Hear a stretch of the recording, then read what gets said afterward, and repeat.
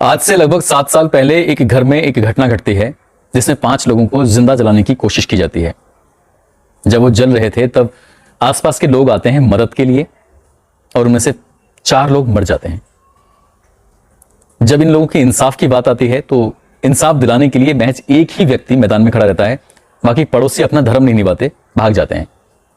इस घटना को अंजाम देने वाला कोई और नहीं था, पति और जेठ इन दोनों ने मिलकर इस घटना को अंजाम दिया था।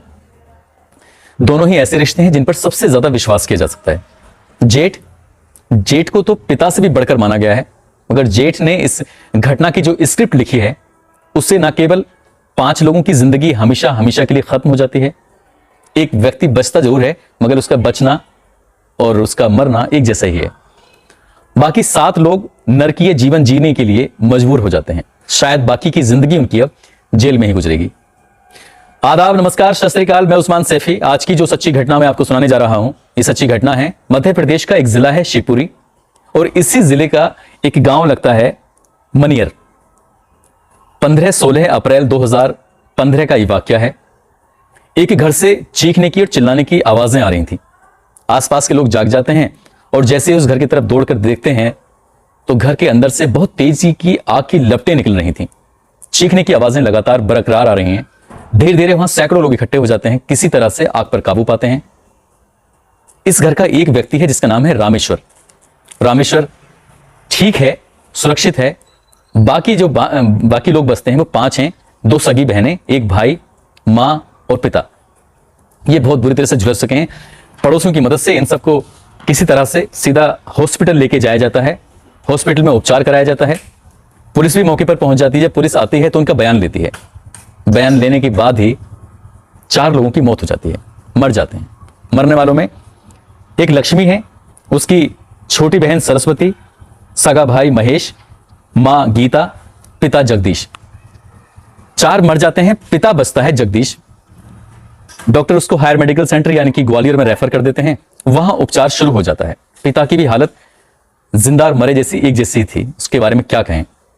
अगला दिन यानी कि 16 अप्रैल जब आता है तो 16 अप्रैल को एक मात्र व्यक्ति इस घर का जो बचा हुआ है वो सीधा कोतवाली पहुंचता है। कोतवाली में जाने के बाद रोता हुआ रिपोर्ट लिखाता है। रिपोर्ट लिखा रहा है तो वो कहता है कि रात लगभग 2:30 बजे के आसपास इसकी बहन लक्ष्मी का पति और जेठ दोनों घर पे आए हुए थे। दरअसल लक्ष्मी की 2.5 साल पहले या 2 साल पहले शादी हुई थी, जो जिला मुरैना का एक गांव पड़ता है टेंटरा, यहां के रहने वाले राम लखन से। पति जब लिख रहा है, लिखते लिखते उसकी आंखों से आंसू टपक रहे हैं और रोते रोते वो पुलिस को बता भी रहा है 2 साल या 2.5 साल पहले जब उसकी बहन की शादी होती है, बहन बड़े अच्छे तरीके से अपने ससुराल में रह रही थी मुरैना में, मगर कुछ दिन के बाद उसके जेठ रामवीर की उस पर गंदी नजर पड़ने लगी। रामवीर उसके साथ गंदा काम करना चाहता था, गलत नजर से जब देखता था तो ये बात लक्ष्मी बर्दाश्त नहीं करती थी। उसने अपने पति से यानी कि राम लखन से शिकायत की, लेकिन पति उसकी बात पर गंभीर नहीं था। जब गंभीर नहीं था तो उसे लगा कि शायद उसके ससुराल में कोई इसकी जो पीड़ा है, उसका दर्द है, उसकी परेशानी है, कोई सुनने वाला नहीं है। तो मजबूरन वो यहां से छोड़कर अपने मायके आ जाती है मनियर में, और मां बाबा भैया से बात बताती है कि भैया मैं अब वहां नहीं जाऊंगी, मेरा जेठ मुझ पर गंदी नजर रखता है। कुछ दिन के बाद इस लड़की को मनाने की कोशिश की जाती है। जो इसका पति है इसको आता है मनाने के लिए, मना कर देती है।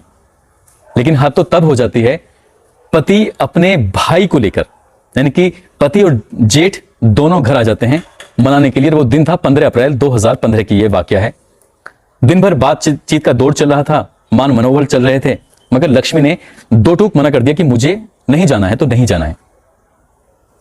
रात को जब सोने का वक्त आता है तो ये सो रहे थे लक्ष्मी, सरस्वती, उसका भाई, मां और पिताजी। रामेश्वर अलग कमरे में सोया हुआ है। रामेश्वर सुनता है अपने कानों से कि जो उसका जेठ है और उसका पति आपस में बातचीत कर रहे हैं। जेठ कहता है कि इन्होंने भेजने से मना कर दिया है तो आज इनको सबक सिखाई देते हैं। पता नहीं कहां से पेट्रोल का इंतजाम करते हैं। उस कमरे में जब वो सो रहे थे तो पेट्रोल डालकर आग लगा देते हैं और दरवाजा बंद कर वहां से भाग जाते हैं।